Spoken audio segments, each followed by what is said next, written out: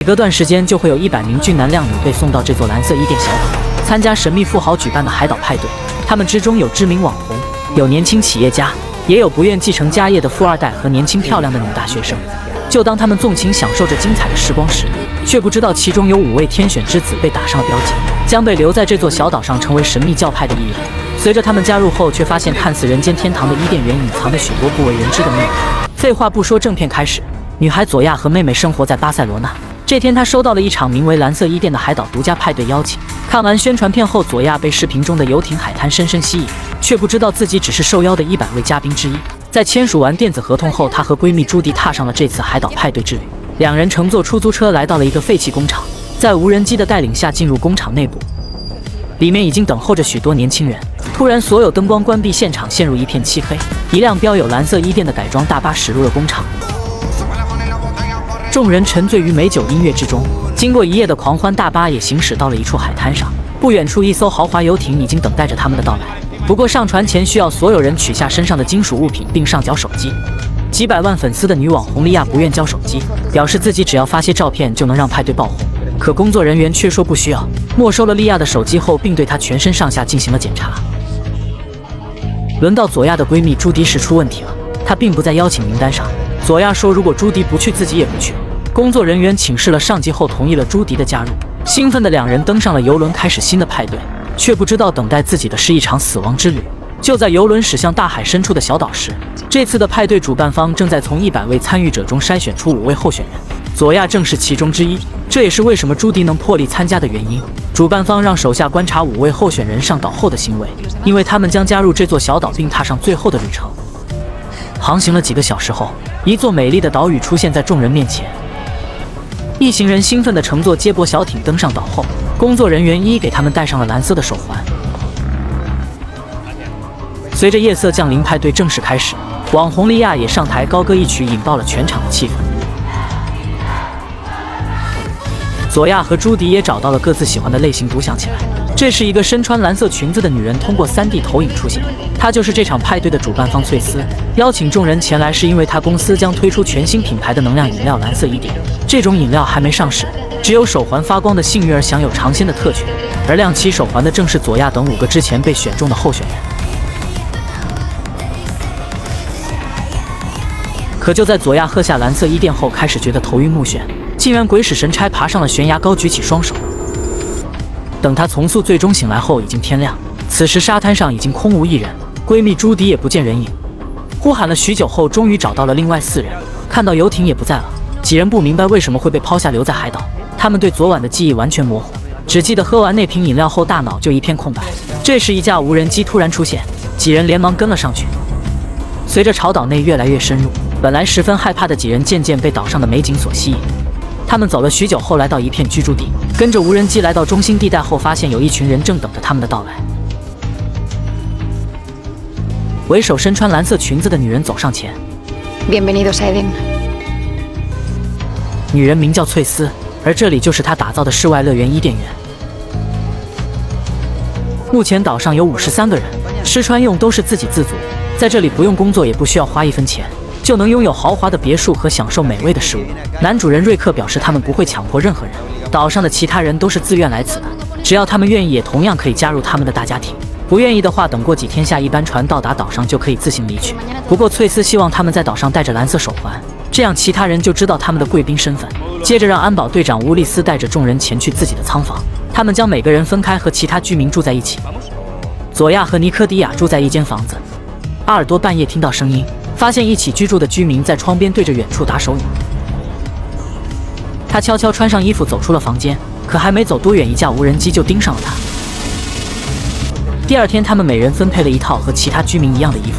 而阿尔多在经历了昨天晚上的事后，认为这个岛上的人像是某种教会组织，拿走了手机并限制了他们的行动。但佐亚和查理却觉得自己光棍一个，对方如果将他们留在岛上又有什么好处呢？这时佐亚发现了昨晚派对上和闺蜜朱迪亲热的一个男人，她跟了上去询问朱迪的下落，可对方却说自己不认识叫朱迪的人，说佐亚认错人了。阿尔多偷了居民的一辆越野车，想要悄悄离开，却不知自己的手环有定位装置，早就暴露了他的行踪。就在他将要跑出岛上的禁区时，一辆越野车追了上来，一番追逐后将阿尔多的前路主告诉他独自开车出来很危险，让他立即回去居住地。阿尔多看到手环后，仿佛明白了什么，只好跟着对方回去。发现岛上所有人围成一圈举行吐露新生的仪式，佐亚被选为了下一个成员。翠丝表示她可以畅所欲言，于是佐亚说起自己想要回家，因为担心从小一起长大的闺蜜朱迪，不知道她现在怎么样了。接着在翠丝细致的询问中，佐亚渐渐地放松了心中的警惕，将自己的家庭情况说了出来，更是讲出了自己心中最深的秘密。她母亲吸食成瘾，被送进了戒断中心，但每次都忍不住复习。而就在佐亚说出错过了妹妹的生日时，却不知道这些内容都被监控室的人全部记录了下来。随后，远在巴塞罗那的妹妹加比便收到了以佐亚名义送过来的生日蛋糕和祝福短信。可看着短信，加比却感觉这里面有问题，因为姐姐从来不会错过自己的生日。她回拨电话也提示无法接通，于是气愤地来到姐姐的房间，将她桌上的东西全部丢到了地上。远在伊甸园的佐亚仿佛感受到了妹妹的情绪，猛地一下从梦中惊醒。突然，她发现房间外有个小男孩紧张地注视着自己。可当佐亚走出去，对方却已经消失不见。天亮后，乌利斯过来通知他们，游轮已经在返航路上，将会在明天中午到达岛上的港口。他们可以选择留下或者离开。但阿尔多却对这座岛越来越怀疑。之前说岛上无法对外通讯，现在却能知道船只返航了。他又在岛上看到几个忙碌装货的新面孔，怀疑他们是坐船来到岛上的。伊本觉得他小题大做，明天船来了他们就能走了。可阿尔多却坚持要立即离开这座岛。而佐亚上午和尼克一起去海底潜水，一番交谈后，两人关系也越来越亲密起来。午餐后再次进行吐露新生的仪式，这次居民贝尔叙述了自己之前公司释放二氧化碳超标，破坏了环境。他找领导后无效，于是在社交媒体上公开了一切，之后遭到了公司的辞退。幸好伊甸园收留了自己。之后，翠丝宣布今晚将会为佐亚5人举行一个离别派对，众人开始兴奋地挑选自己参加的服饰。只有阿尔多一个人坐在房间里，不知道在想什么。天色暗后，阿尔玛带着伊本来到沙滩上，他知道伊本喜欢弹钢琴，于是让他在离开前演奏一曲。就在所有人沉浸在优美的旋律声中，阿尔多却将手环丢弃后独自离开。他爬到了海边的岩石上，发现岛上的居民正在往一艘船上搬运着奇怪的东西，他便开始计划着离开这里。一曲完毕后，阿尔玛和伊本热吻起来，其他人也纷纷开始纵情狂欢。查理向 DJ 梅卡表白，却遭到了对方拒绝。他走到一旁，喝下了一瓶蓝色伊甸，恍惚间他的眼前开始出现幻觉，接着跑到一个帐篷里向迪亚搭讪，可对方却悄悄告诉查理他们明天走不了了，并且会死在这个岛上，这让查理瞬间愣住了。另一边，佐亚在尼克的鼓励下也喝下了一瓶，瞬间觉得自己被对方吸引了。伊本则向阿尔玛表白，对方告诉他如果爱自己，明天可以不用走。阿尔多看到热吻的两人，没有去打扰，而是找到查理说他找到了逃出岛屿的方法。可查理却因为喝下那种蓝色饮料，神志还没清醒，嘴里念叨着我们会死在这里，就走开了。阿尔多只好去寻找网红女莉亚，却发现对方被带到了翠丝和瑞克住的豪宅里。翠丝说起自己建立伊甸园是为了保护他们不受真实世界的伤害，那些人屈服于自己的权威，因为他保证了他们的生存，只要服从自己就会享受最好的生活。阿尔多找不到人，只好自己游泳来到海上的小船内，想要跟着船离开这座诡异的海岛。可第二天天亮后，他从船舱中醒来，发现那个之前开车将他拦住的女人站在船头，对方拿出了一个圆筒状的东西逼他跪下来。阿尔多不明情况，以为对方又要将自己抓回去，可下一秒女人将圆筒对准了他的脑门，只听砰的一声，阿尔多脑袋上就出现了一个小洞，成为了一具尸体倒在船上。而小船也重新掉头将他们送回了海岛。清晨，佐亚在沙滩上醒来，回忆起昨晚和尼克的疯狂，他告诉对方虽然今天要离开了，但是下次派对可以再邀请他来。佐亚回到住所，找到宿醉的查理，让他准备中午乘船离开，可发现怎么都找不到阿尔多。他的室友贝尔也说阿尔多昨晚没有回来，个人物品也全部不见。佐亚带着查理找到保安队长乌利斯，对方虽然嘴上答应会向上级汇报，可表情却显得毫不关心。查理这时想起昨晚他喝醉后和阿尔多的谈话。另一边，乌利斯来到翠丝的房间，轻声跟他说已经把阿尔多搞定了。可翠丝听到后却大声宣布安排人员组成搜索队，在全岛搜索阿尔多。得到消息后，尼克来到佐亚房间，佐亚将阿尔多昨晚打算独自离开的事情告诉了他，并怀疑他有危险。尼克安慰道他会加入搜索队，密切了解最新动向，但让佐亚千万不要跟其他人讨论这事，他不希望佐亚身陷危险。贝尔得知阿尔多失踪后，找到伊莱，用手语让他去找安保部的奥森打探消息。原来奥森一直以来都在追求她，一来想办法拿到了对方的门禁卡丢出马厩，贝尔则拿着门卡进入监控室，通过电脑系统开始查询其5人情况。电脑中记录着他们喝下蓝色伊甸的反应。利亚和伊本、查理3人的心理和行为评估均为通过，阿尔多的评估结果却是淘汰，佐亚的结果却与其他人不同，而是待定。这时贝尔从监控中发现奥森似乎察觉自己门禁卡没有了，他立即冲出监控室，从后山进入，飞奔向小木屋，终于在对方前赶到，将门卡扔进了马厩。另一边，翠丝召集所有人开始分配搜索任务，同时还宣布了伊本和网红女莉亚留在岛上的喜讯。莉亚是昨晚被翠丝和瑞克说服留下的，而伊本从小到大都受到父亲的控制，又爱上了阿尔玛，于是决定加入伊甸园。没多久，他们的家人就收到了信息，说会离开一段时间。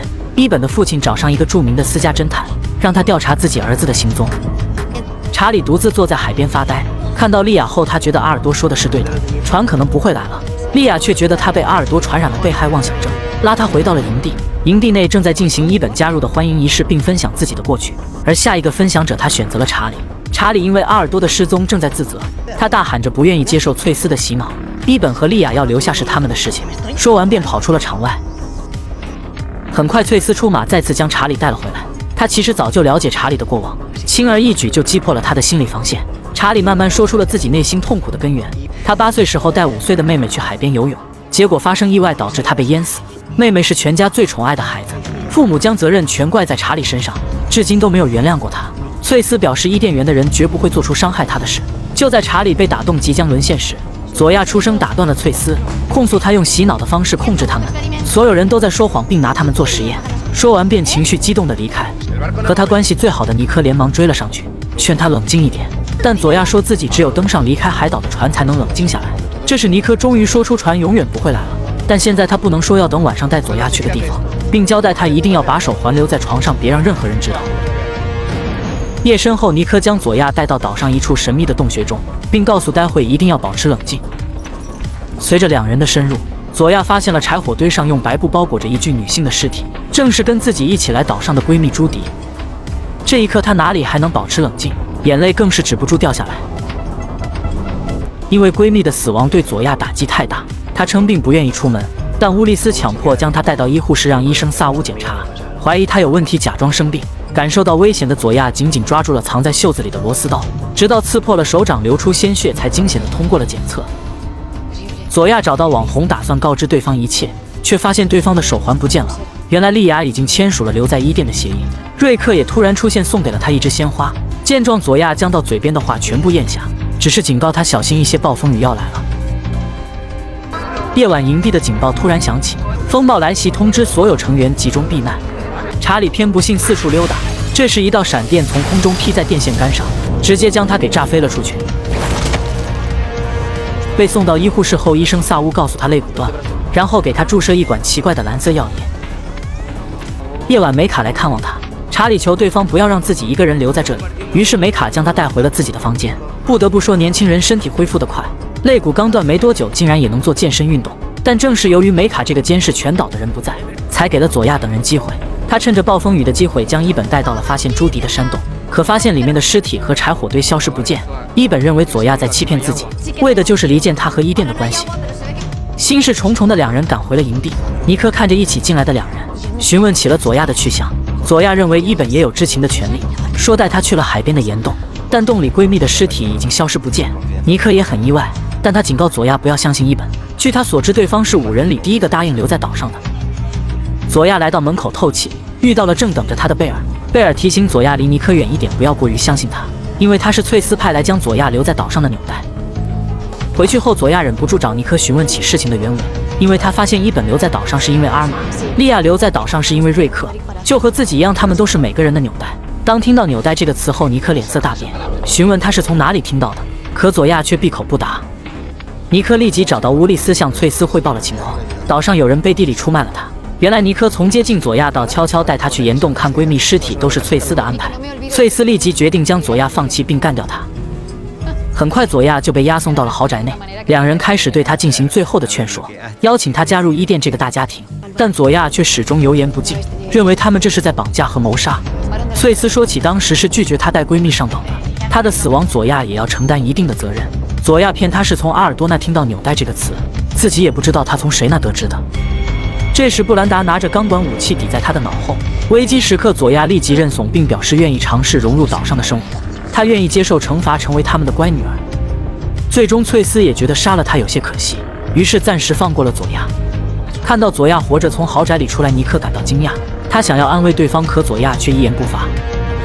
回到营地后，乌利斯将尼克叫到一边，告诉他由于纽带的任务没有很好的完成，无法获得等级的晋升，并且安排了贝尔这个竞争者成为佐亚的新纽带。回到房内后，佐亚一把拉住尼克，问他是不是早就知道闺蜜被杀了。不料尼克一反常态，佐亚见到了尼克的真面目后气得吐血。夜晚，他悄悄拿起螺丝刀来到对方身边，准备杀了他为闺蜜报仇，却被突然出现的迪亚一把抱住。另一边和阿尔玛睡在一起的伊本越想越不对劲，他想要离开伊甸回家了。走出房间后，发现岛上原本监控的无人机不在了。他一路奔跑来到海边的悬崖上，看到不远处海面上飘着一艘堆着柴火的木船，上面正是佐亚闺蜜。没多久，小船就着火燃烧了起来。伊本这才知道佐亚说的一切都是真的。第二天一早，乌利斯看到独自归来的伊本，质问他为什么要破坏规矩离开营地。伊本表示自己如果不遵守规矩，是不是就会变成一具尸体放上小船？乌利斯连忙询问他是怎么知道小船的事情，伊莱上去劝架，却被他回手一拳击倒。一旁的男友奥森也不敢吱声。佐亚将伊本和查理叫到了海滩上，让他们为了自身安全不要再和乌利斯等人发生冲突。他们只有先加入伊甸存活下去，才能找到逃离的方法。佐亚打算等到海岛举办下一场派对时，他们从运送宾客来的游艇逃离。在那之前，对岛上的所有人都不能相信自己和尼克、伊本和阿尔玛都是让自己深陷岛屿无法离开的纽带。这时查理想起了昨晚和自己共度良宵的梅卡，难道他也是自己的纽带？另一边，妹妹加比在佐亚的社交软件上看到了一条留言，对方是参加派对和佐亚在一起的男孩，想要约他再续前缘。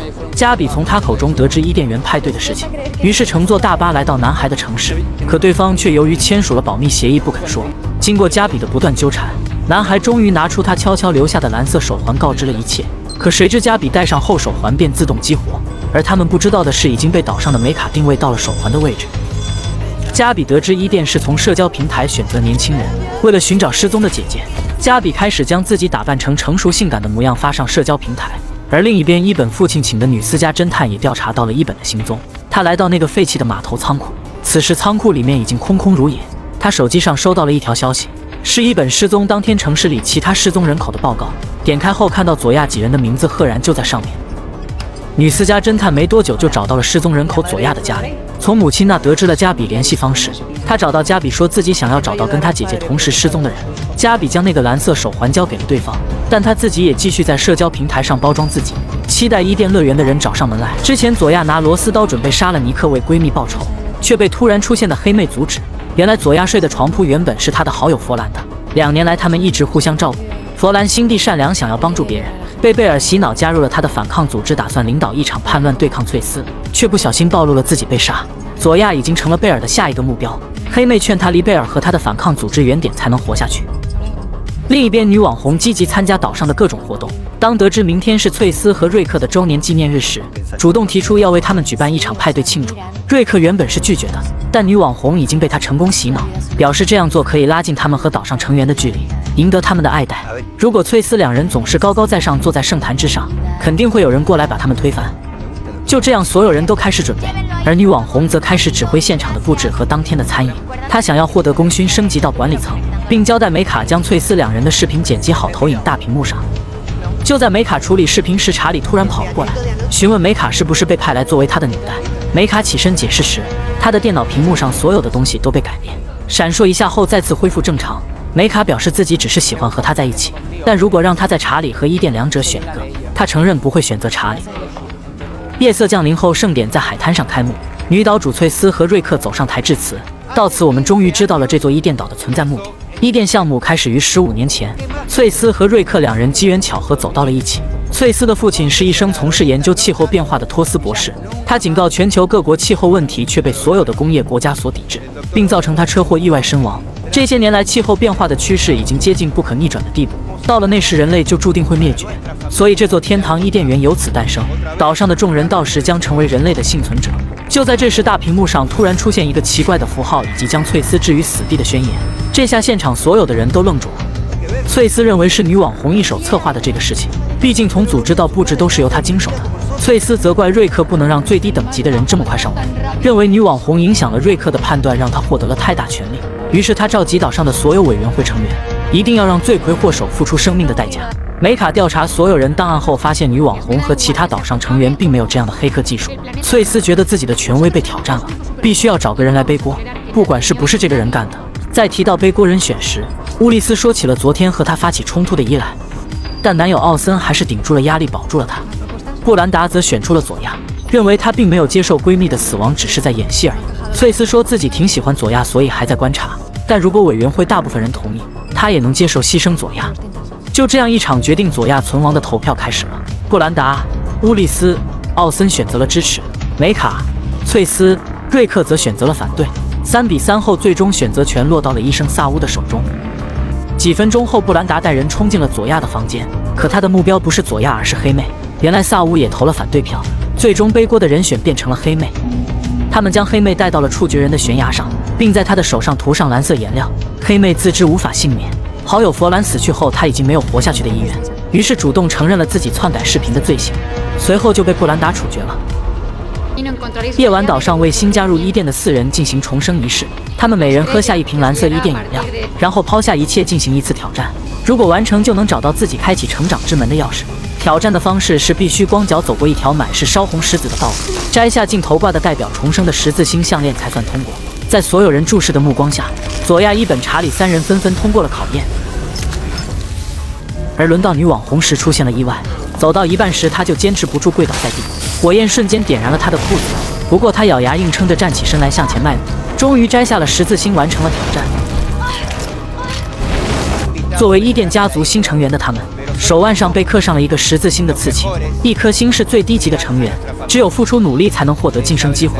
这次晋升的2人里就有阿尔玛，他成功作为伊本的纽带使其加入，因此获得晋升资格。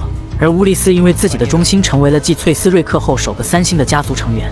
不久后，将有新的100名嘉宾来到这座岛屿参加派对，他们会从中选出最出色的几位，岛上的人可以成为入选者的纽带，如果成功吸引他们加入，也能获得晋升资格。回到豪宅后，翠丝和瑞克讨论起这次的受威胁事件，是谁干的已经不再重要，他们已经让所有人知道了对叛徒的处置方法，如果想要继续就会3思而后行了。唯一重要的是，只要他们收到一直在等的信号，就能和伊萨克一起去真正的伊甸。他们所不知道的是，贝尔此时悄悄来到了海边，和他碰头的正是今天晋升2星委员的黑妹2号，对方也是反抗组织的一员。而他晋升原因则是出卖了逃跑的佛兰，因为贝尔觉得通过牺牲佛兰换取有人进入委员会是值得的。不过这次威胁翠丝的视频，他们帮别人背了锅，敌人的敌人就是自己的朋友。贝尔想在翠丝他们找到这个罪魁祸首之前拉对方入伙。第2天，翠丝果然没有罢休，他要求梅卡开始搜索岛上所有的监控视频，想要把那个对他进行死亡威胁的人找出来。而查理通过海岛的地下洞穴，发现了一条隐蔽的通向海边的路线。他将消息告诉了佐亚和伊本，但伊本却非常留恋这里的生活，他想逃离被父亲支配的世界，并不想回去。佐亚只好失望地独自离开。贝尔找到他，开始诉说自己的过往。原来翠丝、瑞克2人无法生育，所以他们才从全国各地找来年轻人当做他们的孩子养着。他们这些人不允许怀孕，所以岛上没有任何孩子。如果他们达不到翠丝的期望，他们就会找新人来取代他，所以他组织了反抗运动，想要推翻翠丝的统治。佐亚想起自己来岛上的第1晚曾经见过一个男孩，但贝尔却认为是他喝了蓝色饮料产生的幻觉。考虑再三，佐亚表示无法留在岛上加入抵抗组织，他还是想要离开回家，并邀请贝尔一起离开。贝尔却说自己无法抛下其他的伙伴，如果佐亚想要离开，他也不会阻止。就在当天晚上，一个黑影利用乌利斯的3级门禁卡进入了岛主家里，他手拿匕首来到床边，捂住了翠丝的嘴巴，刚想要痛下杀手，却被醒来的瑞克挡住。2人在漆黑的房间里打了起来，瑞克很快就被对方打趴下。翠丝焦急地拿东西猛砸凶手的头，却被对方一脚踢倒。瑞克起身再次冲了上去，被对方一刀捅进了腹部。随后黑影便逃离了现场。翠丝并没有带他去医护室找医生，而是开车越过了岛屿的禁区边界，来到了一个隐秘的山谷之中。他们求助的对象竟然是佐亚见过的小男孩。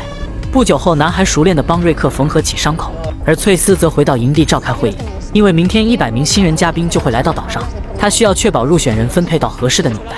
这时有人问起今天这么重要，瑞克怎么不在？翠丝给他找了一个生病的借口。很快几人就安排好了迎接的事宜。但离开时，梅卡在豪宅的台阶上发现了一些血迹。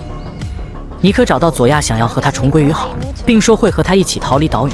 但经过之前的事情后，佐亚已经对他失去了信任，两人不欢而散。但在乌利斯的安排下，每人都分配到了各自的任务，唯独想要获得更大权力的女网红却被安排在家里留守。不同区域的任务安排恰好破坏了佐亚、查理等人逃离岛屿的计划。以为回家无望的佐亚抢下了一辆巡逻车，以300码的速度朝海边开去。绝望的他一边痛哭一边拍打方向盘。布兰达得知后带上钢管武器追了上去，尼克也一同上车前往。不料贝尔抢先一步找到了佐亚，答应佐亚自己会帮他逃离这座岛。等布兰达来到现场时，看到佐亚和贝尔正在打情骂俏，觉得他并不是想要逃跑，于是宣布警报解除并开车离开。女网红找到翠丝，想要知道为什么自己会被留在营地。翠丝说她的脸太多人认识，失踪的她可能会影响新人的派对。女网红提出要见瑞克，也遭到翠丝的拒绝，令她气愤不已。查理找到梅卡，说自己很喜欢她，不会忘记她，立即让对方听出了他话中隐藏的意思。他警告查理不要干蠢事，否则自己只能杀了他。贝尔也遵守了自己的承诺，他为在佐亚庆典旁边的沙滩上安排了氧气瓶，只要他们能够潜水逃到船上，就有反抗组织的人掩护他们回到陆地上。但佐亚所不知道的是，自己妹妹加比已经陷入了危机之中。之前他开启蓝色手环暴露了位置，没几天那个男孩就被伊甸园的外勤人员抓走，用他母亲的性命逼问出了加比的信息，随后他就被对方一枪灭口。女私家侦探通过那个蓝色手环反向追踪到了伊甸游艇接宾客的沙滩上，只是已经为时已晚。此时游艇已经载着100位新人来到海岛边，女网红不甘心独自去找瑞克，却在草地上找到了刺杀者丢弃的门禁卡。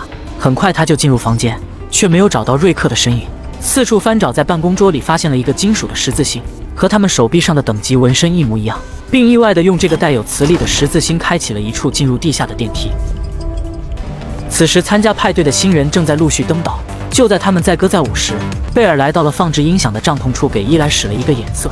没多久，现场所有电力顿时中断，陷入了混乱之中。查理率先到沙滩上取出了潜水器，跑进了海中。而佐亚还没来得及逃走，电力就恢复了。就在他从沙滩上挖出氧气瓶时，乌利斯出现一脚将他踢翻在地，质问是不是他偷了自己门禁卡并制造混乱，想要逃跑。就在他想要掐死佐亚，让她跟死去的闺蜜团聚时，伊本突然冲了出来。两人在海水中搏斗时，他抓起一块石头将乌利斯打晕，随后按住他的脑袋压入海水之中，渐渐对方就没有了声息。而提前逃跑的查理刚爬上那艘送新人的船上，一架无人机却突然出现对准了他。梅卡看着查理伤心不已，但因为心中对他的爱意，帮查理隐瞒了下来。另一边，女网红通过密室的电梯来到一处秘密的机房，她看到控制器上有一个确认发送按钮，忍不住好奇点了一下。随后整个系统突然开始运行，海岛内部神秘山谷内一座巨大的卫星天线也随之开启，向太空发射出一段段不为人知的信号，并等待太空中的回复。小男孩伊萨克连忙通知卧病养伤的瑞克，可他却一脸懵逼，不知为什么会这样。随后秘密机房的女网红察觉到不对，想要逃跑，可还是晚了一步，她被关在了房间里面。沙滩上，尼克四处寻找，没有发现佐亚的身影，猜测到了什么，用怀疑的眼神看向贝尔。而此时佐亚正奋力地游向那艘游艇，却忽然发现一个熟悉的身影从游艇下到接驳小艇上，居然是自己的妹妹加比。原来加比为了寻找姐姐，在社交平台上绽放光芒，被伊甸选中，成功参加了这场海岛派对。